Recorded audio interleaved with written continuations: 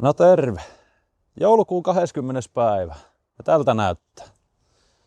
4 astetta oli äsken lämmintä, kun ajelin tänne mehiläispesille. Eli tosiaan tulin tähän mehiläispesille ja nyt olisi sitten tarkoituksena tehdä mehiläisille vähän joulusiivousta. Eli eilen laitoinkin vai toissapäivänä tonne Facebookiin, että mehiläisille joulusiivoukset menossa, mutta nyt ei hätistellä pölypunkkeja, vaan varroa punkkia, eli mehiläisen pahaa vihollista. Niin tehdään oksalihappotorjunta.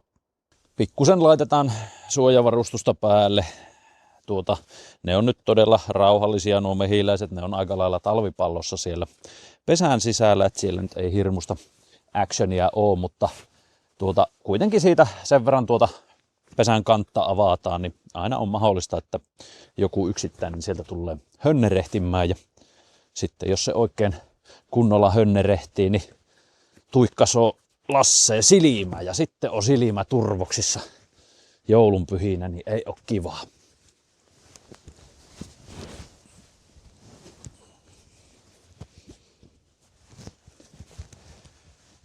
Nämä on vaan tälleen haalarin päälle niin kuin aavistuksen napakemmat vetteen nämä suojatakit.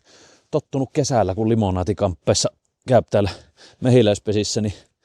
mehiläispesillä, niin sitten menee aika kivasti nämä suojavarusteetkin siihen päälle. Suojahanskojakin nyt voipi ehkä käyttää.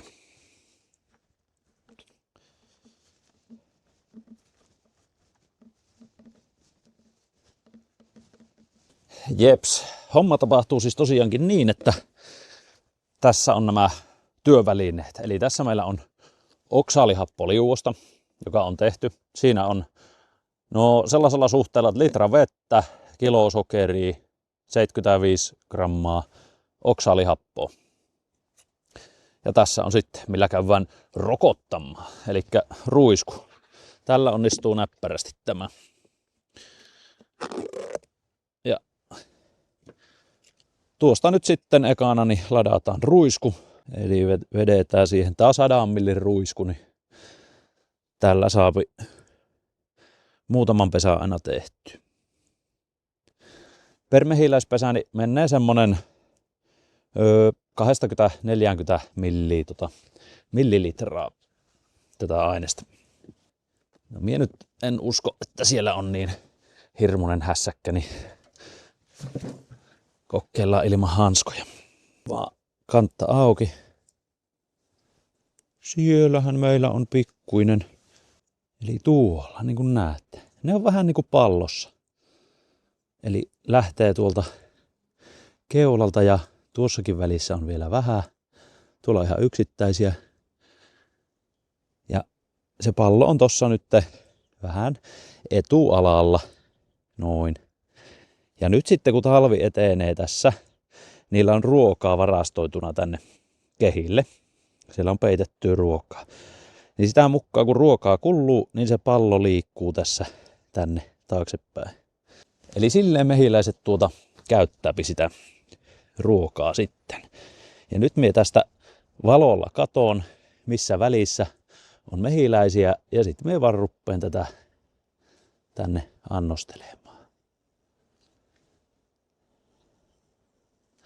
Kun sen verran paljon on tätä tehnyt, niin tämän suurin piirtein osaa painaa tätä ruiskua sellaisella oikealla nopeudella. Noin. Sitten ei turhaan pidetä tätä vessää auki, vaan ei kun katto pieli.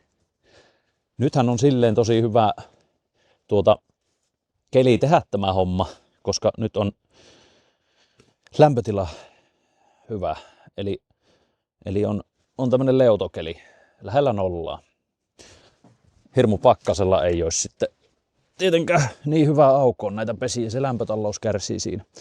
Mehiläiset kuitenkin pitää tuon pallon lämpimänä tuolla mehiläispesässä ihan läpi talven.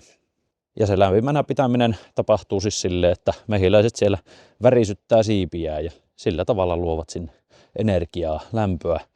Ja sitä varten tarvitaan se talviruokintasokeri, että heillä riittää sitten energiaa. Pitää se pesä lämpimänä läpi talven. pikkusen niin kuin meinaa vettä vihmo ripsi. Nyt on niin käypäinen tuo katto noihin levyihin, että joku levy lähtöön mukana. No se ei haittaa. Se on siellä. Kuiva on. Siinä ovat vähän niin kuin ylempänä. Mä nyt tästä näen ilman valoa, pystyn pitämään kameraa. Tuolla on vähän. Laitetaan pikkusen sinne. Noin. Noin.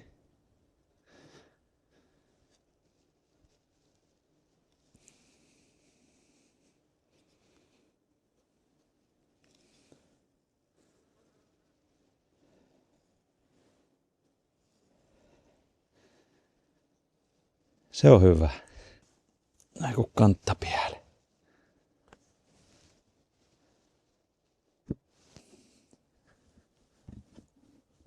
Noin. Pikkusen saisi olla vähän kallellaan tää on aika vaakana, niin paremmin valus kosteus ja näin, niin jos mitään mie tähän keksisi.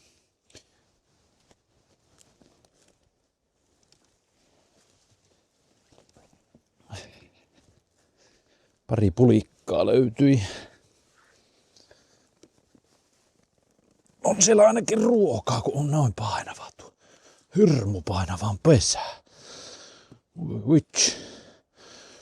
Vitsin pojat.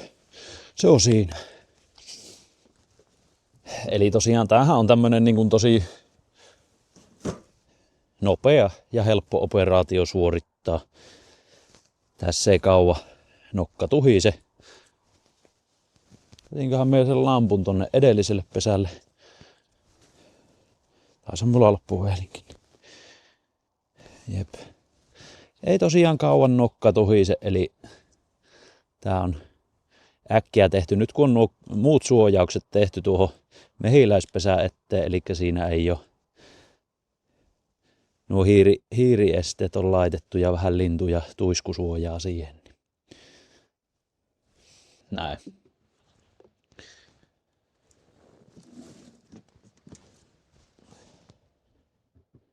Mutta joo, tosiaan tää hapotushomma, niin nämä on tärkeitä juttuja. Eli varroapunkki on kyllä semmonen, että sitä on nyt vähän joka puolella Suomessa. Onkohan Ahvenanmaa ainut alue, jossa sitä ei taida vielä ihan niin paljon olla. Ilmeisesti aikoinaan onko se ulkomailta tännekin Pohjolaan tiensä löytänyt. Mutta on semmonen, jos torjuntoja ei tehdä, niin punkkikanta kasvaa kyllä sinun pesässä, mehiläispesässä ja sillä tarhalla ja leviää myös sitten lähialueen tarhoihin helposti, jos sitä on. Eli jos on tommosia hoitamattomia pesiä ja ei pidetä huolta niistä, niin kyllä se aiheuttaa sitten ongelmia muillekin kuin vain itselle. Eli jos lähiseudulla on muita tarhaajia, niin se ei ole hyvä. Eli tehdään nämä torjunnat tosiaan. Nyt joulukuussa tälleen tehdään tämä oksalihappotorjunta marras-joulukuussa. Sadonkorjuun jälkeen heti silloin muurahaishapolla torjuin tosiaan punkit. Ja nyt sitten katsotaan keväällä, kun puhistuslennon on mehiläiset tehnyt, että tehdäänkö vielä oksalihappotiputus uudestaan, mutta luulen, että ei ole välttämättä tarvetta. Sen verran hyvältä näyttää punkkitilanne ja myöskin itse on saanut tosi hyvin kyllä tämän punkkihomman piettyä aisoissa, että ei ole päässyt se punkkikanta hyvin voimakkaasti kasvamaan, koska sitten jos taas punkkikanta näissä mehiläispesissä kasvaa, niin se on niin kuin hankalampi sitten saada kiinni ja torjua kuin silleen ennaltaehkäisevästi, jos saa homman hoidettua, että se ei pääse valloilleen.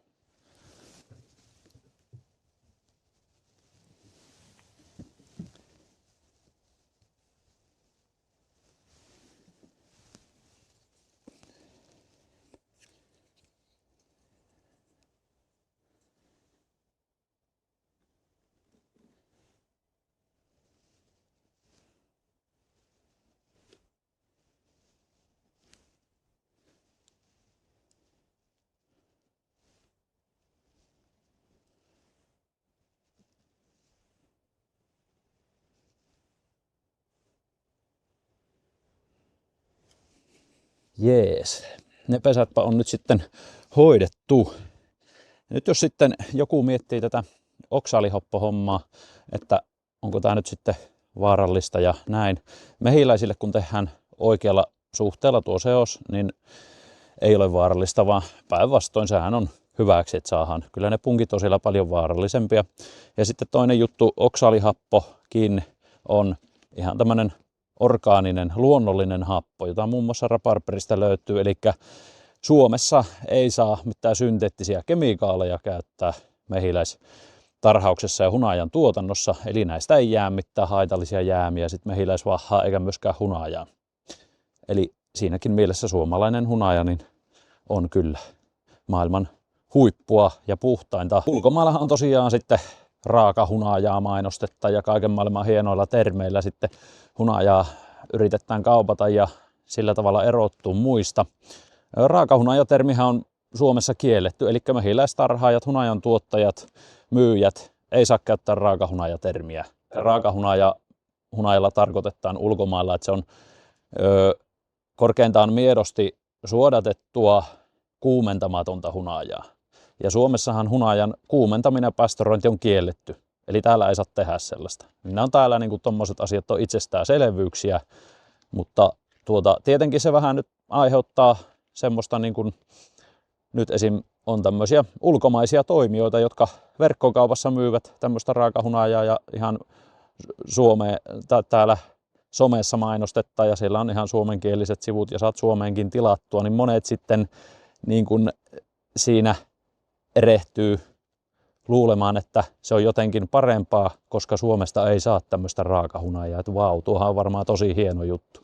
Mutta Suomessa se on vähän niin kuin itsestäänselvyys. Se on tietenkin vähän silleen väärin, että myös Suomessa ei saa semmoista termiä sitten käyttää. Eli jos vaikka meikäläisen hunajaa myytäisiin Virossa, niin sitä saisi myyä ihan täysillä raakahunajana, koska sitä ei ole kuumennettu, ei ole suodatettu, eli karkean tuommoisen metallisiivilän läpi laskettu. No, onhan sekin jonkunlaista suodattamista, mutta ei tietenkään, kun raakahunajassa puhutaan, että ei voimakkaasti suodatettua. Näin se taisi olla määritelty. Niin joo, mutta siihen tietenkään pystyy ottamaan kantaa, miten muut mehiläistarhaajat ja toimijat hunajansa suodattaa, mutta pastorointi ja kuumentaminen on kielletty. Mutta kiitoksia teille taas videon katselusta. Jouluhan tässä lähestyy. Varmasti videota on vielä tulossa. Ajattelin, että otetaan tämäkin vaihe nyt sitten videolle. Taisinhan meitä viime vuonna kuvata ja kuvasinko me keväälläkin? Teinkö me keväällä? Tein, mutta kuvasinko? En muista. Mutta hyvä näitä on kerrata ja jos on uusia seuraajia ja aiheesta kiinnostuneita, niin tämmöisiäkin hommia tehdään vielä joulukuussa tosiaan mehiläisille. Vaikka nyt välttämättä tämä luonto ei ihan siltä näytä, että täällä joulukuu olisi menossa. Joskus on tosiaan joutunut ihan kaivelemaan noita mehiläispesiä pikkusen lumeen alta, että on saanut tehtyä tuon oksaalihappotipuutuksen ja näin. Jep. Kiitoksia tosiaan nyt videon katselusta taas. Palailemme sitten seuraavilla videoilla. Morjes.